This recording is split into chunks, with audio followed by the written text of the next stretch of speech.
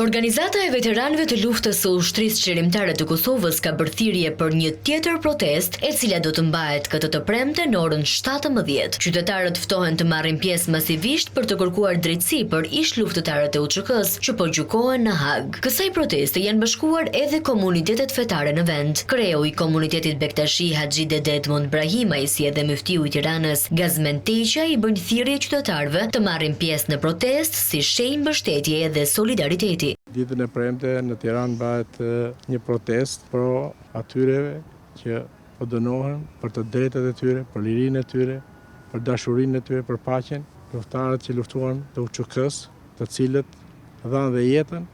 për të fituar dhe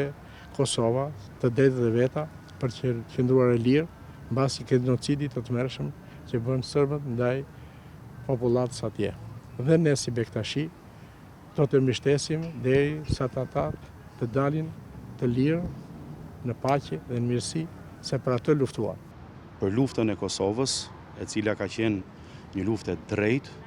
për cilën ka luftuar i gjithë populli kosovar dhe të gjithë shqiptarët kanë qenë mbështetës së saj, por sidomos UÇK-ja, ne gjithmonë kemi qenë mbështetje dhe jemi në mbështetje të saj, s'bëhet fjalë, dhe prandaj edhe gjejmë rastin që t'i bëjmë thirrje të gjithë shqiptarëve dhe çdo besimtari musliman, në veçanti që të jemi pjesë e këtij organizimi që do të bëhet ditën e premte më datë 17 tetor në orën 5. Në lidhje me këtë protestë, më herët ka reaguar edhe kryeministri i vendit Edi Rama, i cili u ka bërë thirrje të gjithë qytetarëve që t'i bashkohen protestës mbarkombëtare që do të mbahet në Tiranë me sloganin Liria ka emër. Protesta e ngjashme u zhvillua edhe në Hag në datën 14 shtator, në mbështetje të ish krerëve të UÇK-s, të cilët po gjykohen në dhomat e specializuara.